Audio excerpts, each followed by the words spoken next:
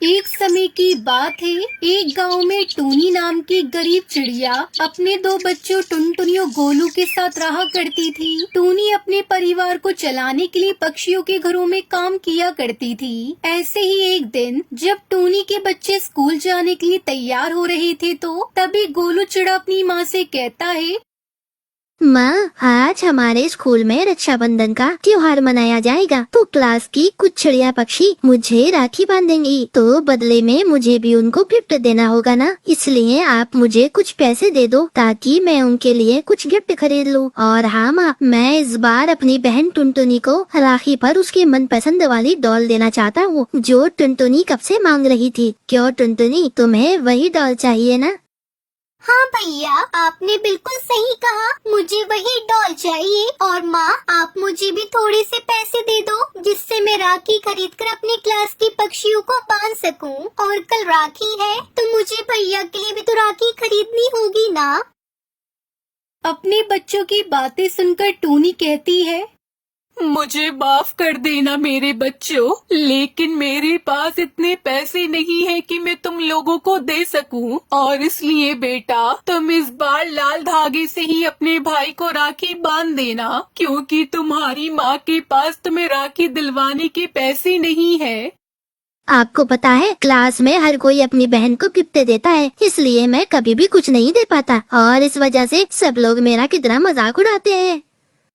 कोई बात नहीं भैया, अगर माँ के पास पैसे नहीं है तो क्या हुआ, मैं इस बार भी आपको लाल धागे से ही राखी बांध दूंगी। टुनटुनी की बातें सुनकर टूनी बहुत उदास हो जाती है और उसके दोनों बच्चे भी उदास होकर स्कूल चले जाते हैं। हे भगवान, अब मैं क्या करूं? मेरे बच्चों ने आज तक मुझसे कुछ भी नहीं मांगा और आज पहली बार कुछ मांगा भी तो एक दूसरे को राखी पर गिफ्ट देने के लिए, और मैं इनकी छोटी सी ख्वाहिश को भी पूरा नहीं कर सकती। मैं कैसी माँ हूँ। वहीं टुनटुनी और गोलू के स्कूल में सभी बच्चे खुशी खुशी रक्षाबंधन सेलिब्रेट करते हैं और वो दोनों उदास मुंह लिए सभी बच्चों को राखी मनाते हुए देखते हैं। थोड़ी देर में उनके स्कूल की छुट्टी हो जाती है। तभी भैया, मैं सोच रही थी जब शाम को माँ घर वापस आएगी तो हम दोनों उनसे माफी मांग लेंगे, क्योंकि सुबह वो हमारी बातों से काफी दुखी हो गई थी। मैं माफी नहीं मानूंगा। माँ हर बार हमारे साथ ऐसा ही करती है। हम कभी भी कोई त्योहार ढंग से नहीं मना पाते हैं क्योंकि हमारे पास पैसे ही नहीं होते। इसलिए मैं जंगल में परी को ढूंढने के लिए जा रहा हूँ, क्योंकि मैंने पक्षियों के मुँह से सुना है कि हमारे जंगल में एक परी रहती है। इसलिए आज जब मुझे परी मिलेगी तो मैं उनसे बहुत सारे पैसे मांगूंगा। ये कहकर गोलू गुस्से में वहाँ से चला जाता है। भैया, ऐसा मत करो, जंगल में परी नहीं बल्कि जंगली जानवर रहते हैं। आप कभी भी मेरी बात सुनते क्यों नहीं हो? अब मैं इतने घने जंगल में उनको कैसे ढूंढूंगी? और अगर किसी जंगली जानवर ने भैया को कोई नुकसान पहुंचा दिया तो मैं क्या करूंगी? माँ को क्या जवाब दूंगी? मुझे तो कुछ भी समझ में नहीं आ रहा। मुझे कैसे भी करके भैया को ढूंढना ही होगा। इतना कहकर टुनटुनी जंगल में गोलू चिड़ा को इधर उधर ढूंढने लगती है, लेकिन उसे गोलू कहीं नजर नहीं आता। तभी कुछ देर बाद उसे किसी की दर्द से कराहने की आवाज सुनाई देती है। अरे, ये आवाज कहाँ से आ रही है और ये किसकी आवाज है? लगता है कोई मुसीबत में है, मुझे उसकी मदद करनी चाहिए। उस आवाज का पीछा करते हुए टुनटुनी एक पेड़ के नीचे पहुंचती है, जहां पर एक बूढ़ा पक्षी का पंख एक पत्थर के नीचे फंसा हुआ था। टुनटुनी इस बड़े पत्थर को वहां से हटाती है। तुम्हारा बहुत बहुत शुक्रिया बेटी। अगर आज तुम नहीं होती तो पता नहीं मेरा क्या होता। आज तुम्हारी वजह से मेरा ये पर सही सलामत है। पर बाबा, बड़ा पत्थर आपके परों पर कैसे आया? और आप इस घने जंगल में क्या कर रहे हो? क्योंकि यहाँ तो दूर दूर तक कोई घर नहीं है। टुनटुनी के इतना कहते ही वो बूढ़ा पक्षी एक बहुत ही सुंदर परी में बदल जाती है।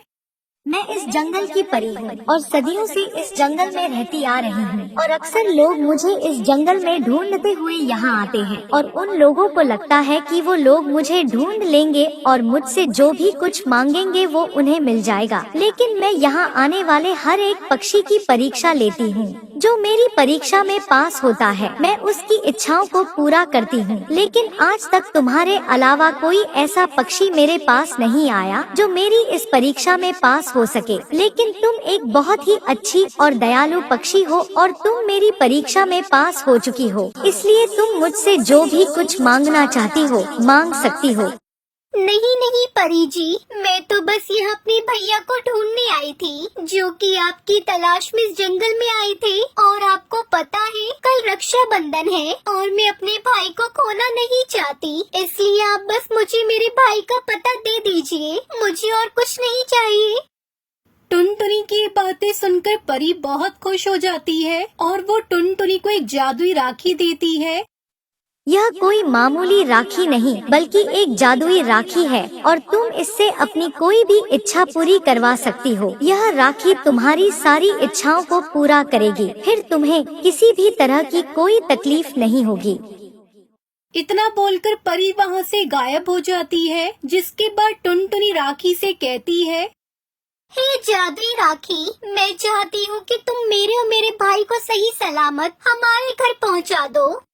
टुनटुनी के इतना कहते ही वो जादुई राखी टुनटुनी और गोलू को सही सलामत घर पहुंचा देती है। और जब वो दोनों सही सलामत घर पहुंच जाते हैं तो गोलू बहुत ज्यादा हैरान हो जाता है। अरे मैं तो जंगल में था, मैं यहाँ घर कैसे आ गया? टुनटुनी उसे सारी बात बता देती है, जिसे सुनकर गोलू बहुत खुश हो जाता है। और जब शाम को उसकी माँ टूनी घर वापस आई तो टुनटुनी ये बात अपनी माँ को बताती है, लेकिन टूनी को अपनी बच्चों की बात पर विश्वास नहीं होता। अगली सुबह राखी का त्योहार होता है। उनके घर में ना ही मिठाई होती है और ना ही उनके पास नए कपड़े होते हैं। माँ, हमारे पास अभी जादुई राखी है ना, हम इसकी मदद से अपनी राखी का त्योहार बड़े ही धूमधाम से मनाएंगे।